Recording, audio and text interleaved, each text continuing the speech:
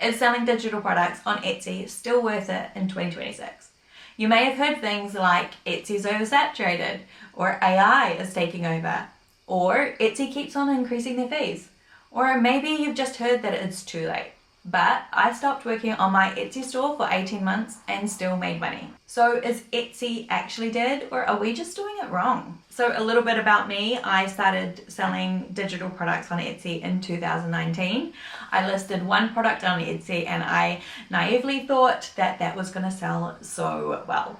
It didn't sell so well, but it did sell, and it just kind of made me want to keep trying. I've created multiple products, adding to my product library, and I have 3 stores, and I have learned a lot of lessons, both good and bad. So while I'm not an expert, I do have experience from making mistakes and getting things right over that time. So the reality is that Etsy is harder now than it was when I started. So there are a lot more products now, and the quality of products that are on Etsy are better now than when I started. It is a lot easier for people to create products with the aid of AI. That's a benefit to both you and others, but it just means that there is a lot more competition competing for those customers. Etsy has increased their fees over time, making it more difficult for you to earn. Customers can have really high expectations, and even a 4-star review with a nice comment can negatively impact your store when you are new and have not many reviews. And it's not passive to start,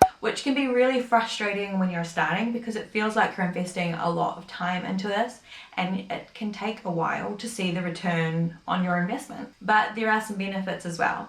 One of the biggest ones being that Etsy has their own customer base, which means that you don't need a social media following or to know how to market your products outside of Etsy for you to be able to start seeing sales. Of course, if you do have a social media following, it's another amazing benefit for you because you can drive sales directly to you. It's really beginner friendly, which is amazing. If you find the idea of starting a business intimidating, it's a great platform to start with, and it's good to get those beginner skills. Another amazing benefit of selling digital products on Etsy is that it is a really low risk business.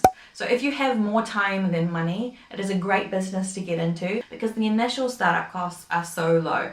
I think it does cost some money to start an Etsy store now, but if you use a referral code, that can become even cheaper with listing your products on Etsy, and it is so much cheaper than doing it yourself.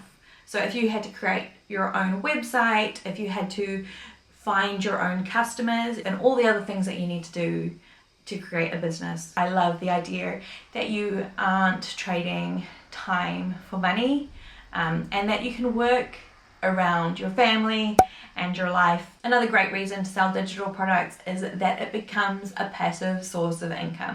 So once you create your product, that product can continue to make you money for years. And mine has continued to make me money for years.